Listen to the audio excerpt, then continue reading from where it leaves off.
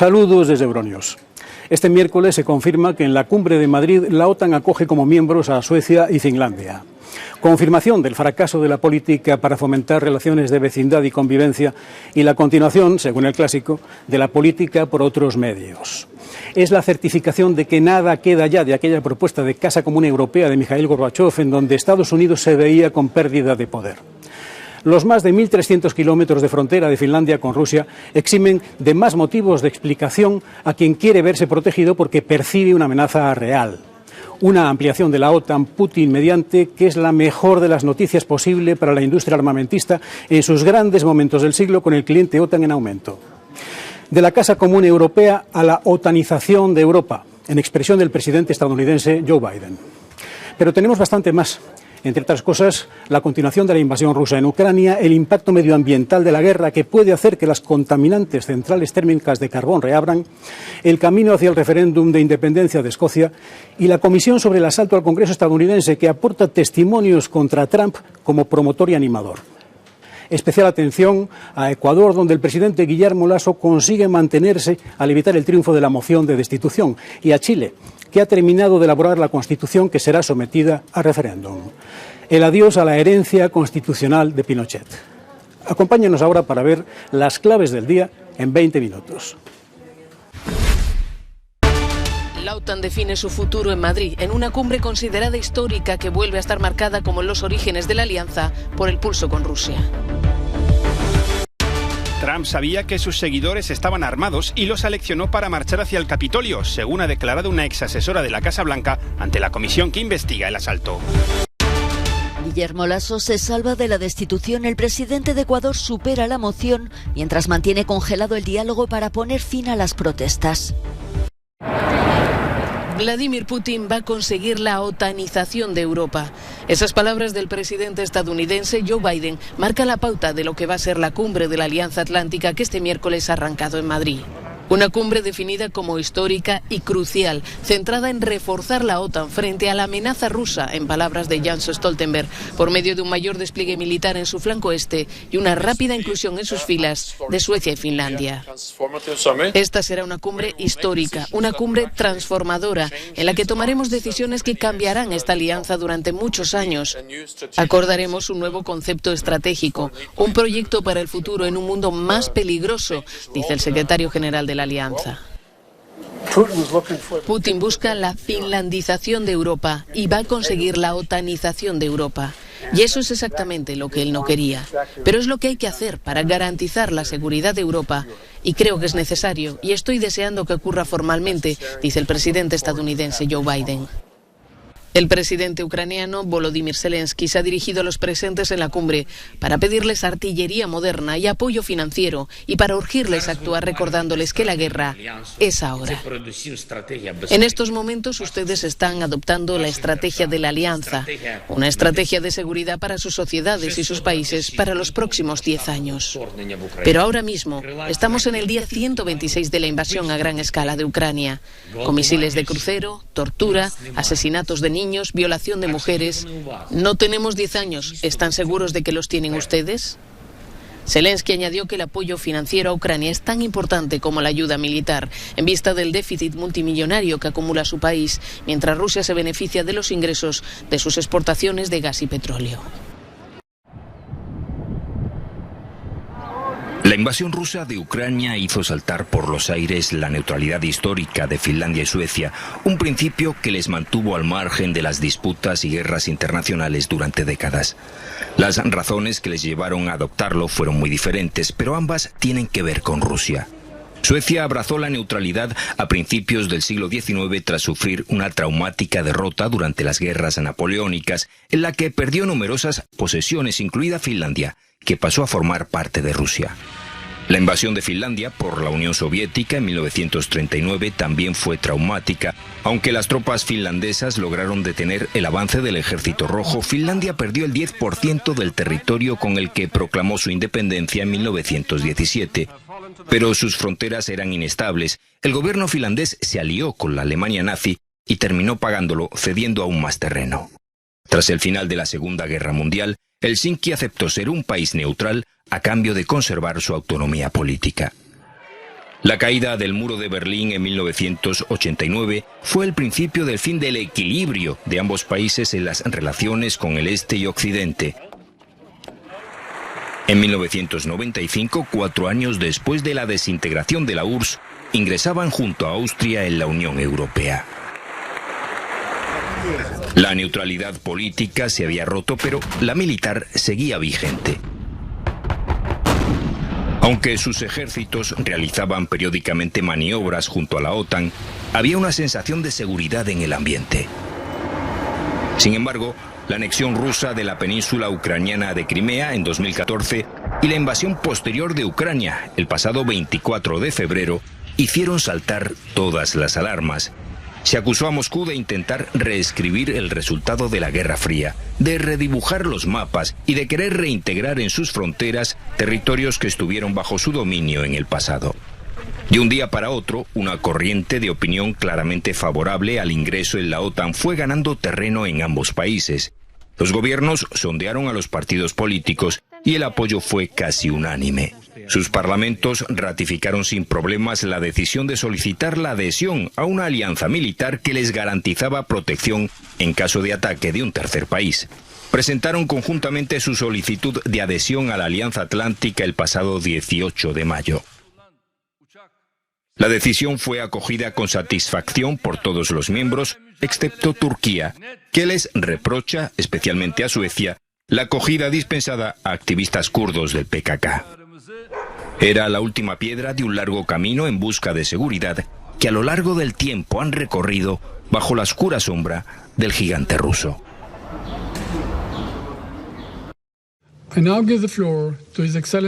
Un minuto de silencio en la sesión de emergencia del Consejo de Seguridad de la ONU en memoria de los ucranianos muertos en la guerra.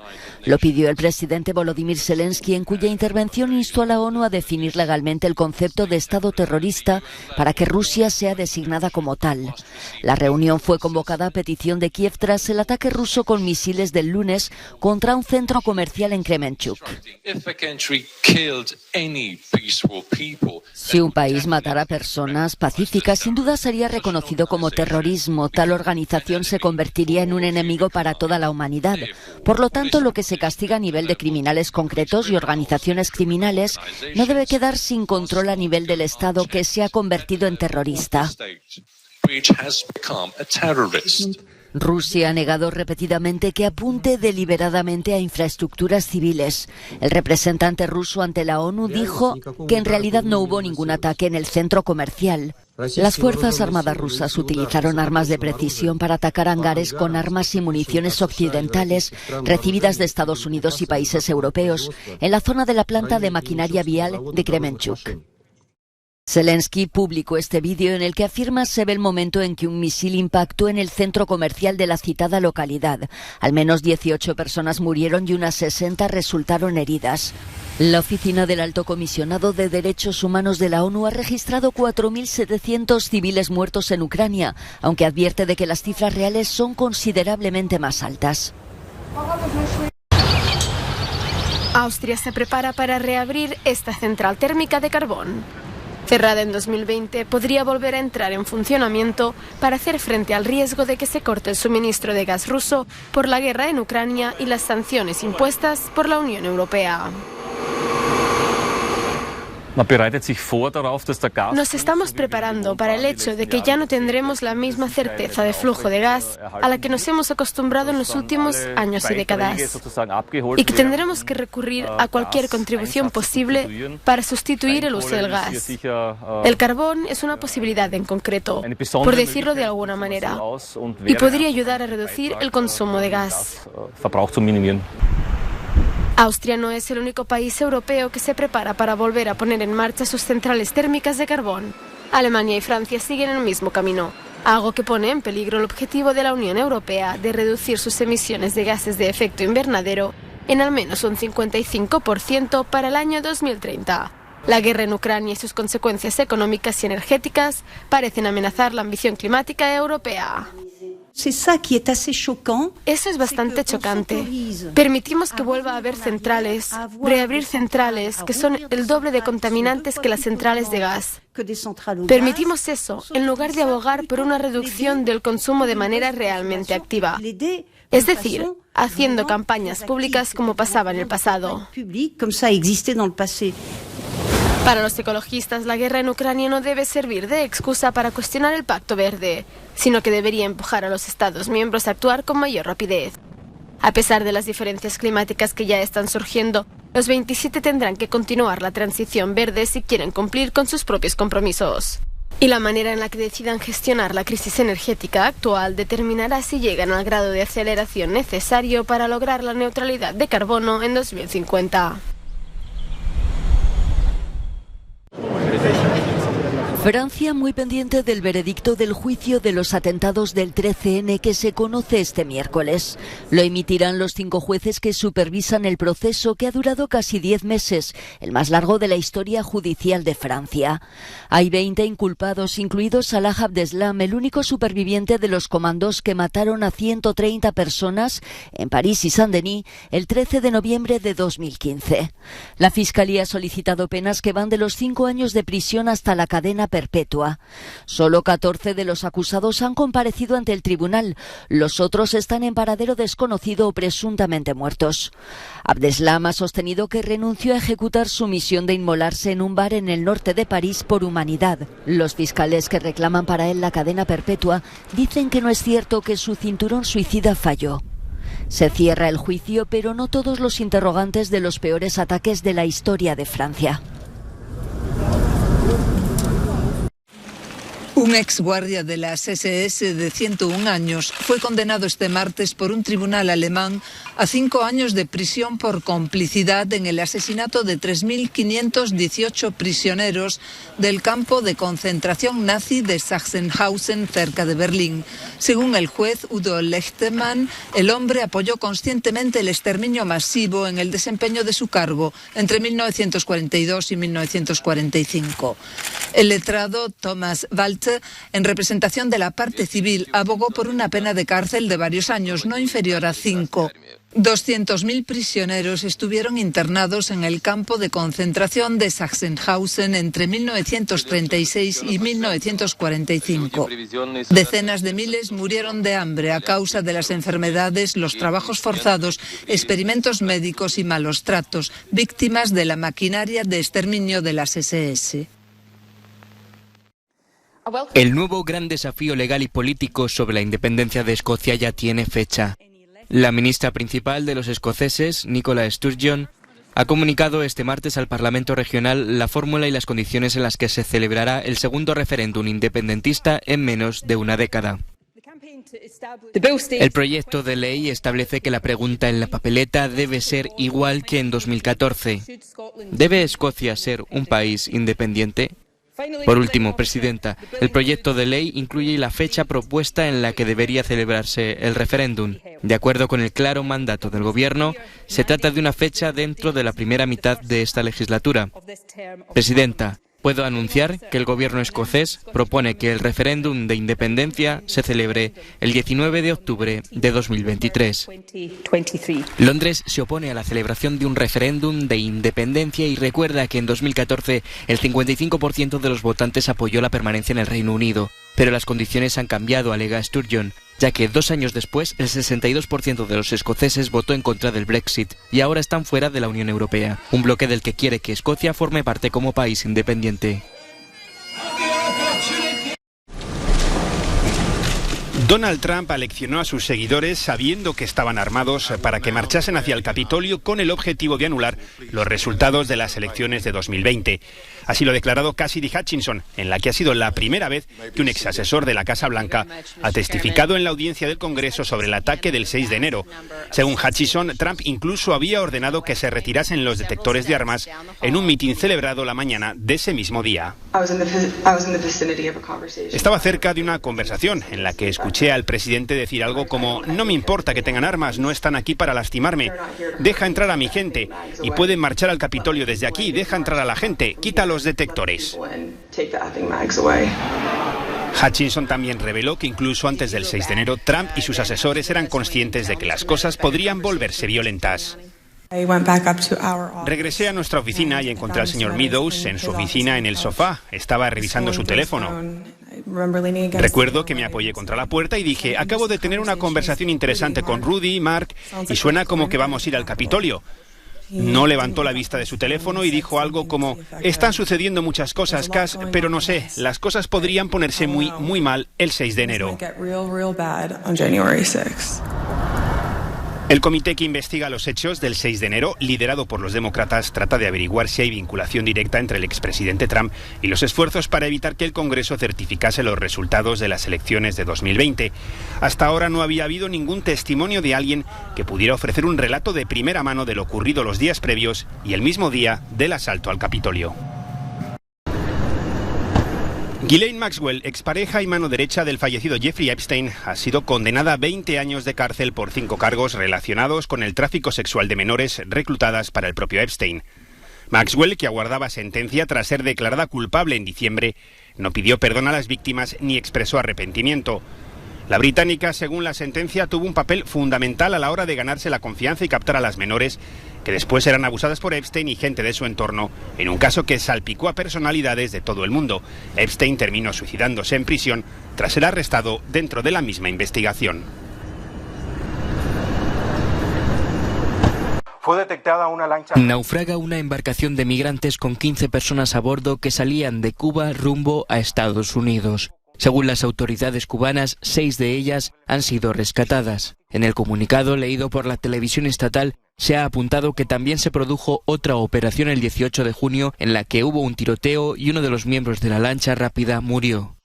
El régimen de Díaz-Canel ha informado a su vez de la incautación en los últimos meses de una docena de lanchas rápidas y de la detención de una veintena de estadounidenses. Un número récord de 140.000 cubanos han intentado salir del país desde el pasado mes de octubre, pero han sido localizados según las autoridades. Un éxodo mayor al que se produjo en la década de los 80, cuando estimaron que salieron más de 125.000. Cuba atraviesa una crisis económica debido, entre otras cuestiones, a la pandemia y a las duras sanciones de Estados Unidos. Ecuatorianos. El gobierno... Guillermo Lasso seguirá siendo presidente de Ecuador, ya que no ha prosperado la moción para destituirlo promovida por la opositora Unión por la Esperanza, afín al expresidente Rafael Correa. El resultado de la votación final, tras más de 18 horas de debate, fue de 80 votos a favor, 48 en contra y 9 abstenciones. Para salir adelante necesitaba 92 votos favorables, 2/3 del Parlamento. La moción fue presentada por la grave crisis política y conmoción interna que vive Ecuador. Lasso denunció un intento por parte del correísmo de asaltar la democracia. Las protestas antigubernamentales por la carestía de la vida, lideradas por el movimiento indígena y campesino, que entran en su 17º día, dejan ya 6 fallecidos, entre ellos un militar, y unos 400 heridos entre manifestantes y fuerzas de seguridad. Las conversaciones siguen congeladas. El máximo líder de la Confederación de Nacionalidades Indígenas de Ecuador ha pedido al gobierno que vuelva a la mesa de diálogo, interrumpido el martes por el presidente Lasso tras el ataque a un convoy de camiones de combustible en el que murió un militar. Aunque los promotores de las protestas reconocen el esfuerzo del gobierno, la rebaja del precio de los combustibles sigue siendo el principal escollo para lograr la paz social. La bajada de 10 centavos de dólar es insuficiente para el movimiento indígena, que exige que vuelvan a sus precios de hace un año. La versión definitiva de la nueva Constitución chilena ya está lista para presentársela a la ciudadanía. Contra todo pronóstico, la Convención Constituyente, que lleva casi un año trabajando a contrarreloj en la redacción del texto, ha terminado este martes la última ronda de votaciones. El proyecto de Carta Magna será expuesto a los chilenos el próximo lunes. La nueva Constitución busca sustituir a la actual, heredada de la dictadura de Augusto Pinochet, a la que muchos consideran como el origen de las grandes desigualdades en el país suramericano por su marcado corte neoliberal. Antes de su aprobación, la nueva Carta Magna, que consagra un catálogo de derechos sociales, deberá superar un plebiscito con voto obligatorio que se celebrará el próximo 4 de septiembre. Una recta final que se espera se convierta en un pulso político entre partidarios y detractores.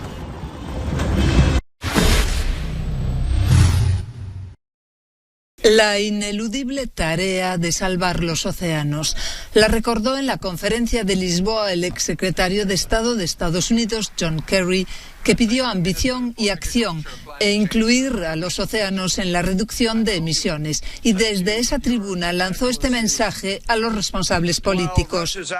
Aunque las acciones de Rusia en Ucrania sean censurables, no podemos permitir que Ucrania sea una excusa que se interponga en el trabajo que haremos esta semana y que debemos seguir haciendo. El medio ambiente y el clima no se detienen repentinamente debido a una invasión. Una urgencia compartida por los demás participantes en esta conferencia organizada por la ONU. Habla el ministro de Medio Ambiente de Noruega. Los océanos están cada vez más amenazados por la sobrepesca, el cambio climático y la contaminación. Por eso debemos concluir rápidamente un tratado sólido para la gobernanza del mar abierto basado en la investigación y la ciencia. En este segundo día de la conferencia, los temas tratados fueron la economía sostenible y la conservación de los ecosistemas marinos. Conscientes de que es muy difícil llegar a un acuerdo global, los representantes de los distintos países presentes aquí hacen un llamamiento a los gobernantes para que de forma independiente comiencen a tomar medidas urgentes. Sérgio Ferreira de Almeida, en Lisboa, Portugal, para Euronews. Hasta aquí hemos llegado en Euronews Hoy. Pueden seguir el resto de la actualidad en nuestro canal de televisión, en YouTube y en el resto de las redes sociales.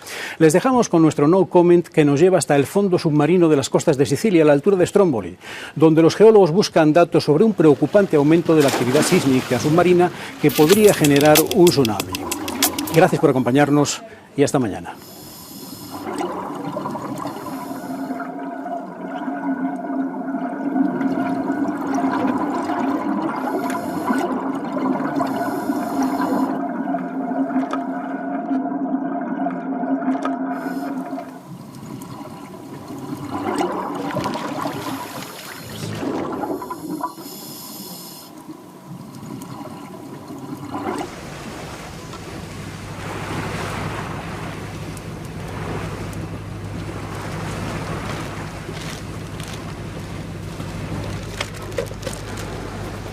Put 50 centimeters at least.